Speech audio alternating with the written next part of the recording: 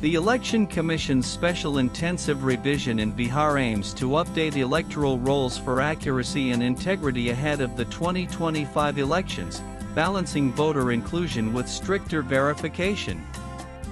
The Election Commission of India (EC), empowered under Article 324 of the Constitution, has ordered a special intensive revision (SIR) of electoral rolls in Bihar, a critical move ahead of the assembly elections scheduled for November 2025. This decision is rooted in the Commission's constitutional duty to ensure the sanctity and integrity of the electoral roll, as mandated under the Representation of the People Act, 1950 RP Act. Sections 16, 19, and 20 of the Act lay down clear eligibility criteria. Only Indian citizens aged 18 and above and ordinarily resident in a constituency are entitled to be registered. Over the past 2 decades, Bihar, like many Indian states, has experienced rapid urbanization, large-scale migration, and demographic shifts. These developments have resulted in extensive additions and deletions in the electoral rolls, raising concerns about duplicate, ineligible, or missing entries. The last SIR in Bihar was conducted in 2003.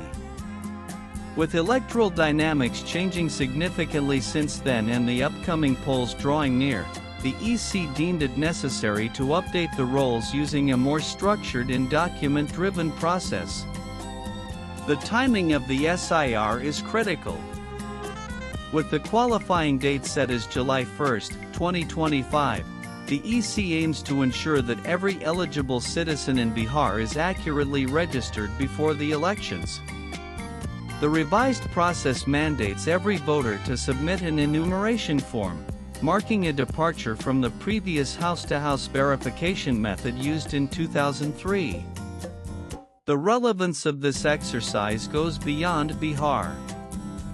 The EC plans to initiate similar revisions nationwide, starting with Bihar as a model state.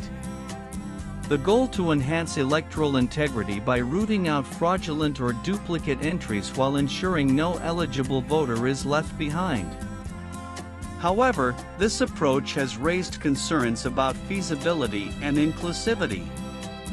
Over 8 crore voters are required to submit forms, and around 3 crore must also provide supporting documents for their date and place of birth and that of their parents if registered after 2003. Supporters of the SIR cite that in 2003, a similar exercise was completed in just 31 days without the benefit of today's technology. With the deployment of over 1 lakh BLOs, 4 lakh volunteers, and 1.5 lakh booth-level agents, they argue that the logistical groundwork exists for smooth execution. Critics, however, caution that such a large-scale documentation exercise has never been undertaken before. Concerns are particularly strong for migrant workers and students, many of whom may miss deadlines due to their mobile lifestyles and lack of valid documentation. Errors in inclusion or exclusion, they argue, could undermine the democratic process. Another contentious issue is the exclusion of Aadhaar as a valid document. While the EC maintains that Aadhaar is not proof of citizenship, critics point out that Form 6 under the Registration of Electors Rules RER, 1960, lists Aadhaar as an accepted ID for new voter registration. To maintain the fine balance between inclusion and accuracy, the EC must exercise caution and adaptability. First, timelines may need to be extended to ensure a thorough and error-free enumeration. Active participation by BLOs and BLAs is crucial in minimizing mistakes. Secondly, document flexibility must be considered. If Aadhaar is widely used by the underprivileged, then rejecting it outright without reasonable alternatives could lead to disenfranchisement. The claims and objections phase should be tailored to accommodate such realities.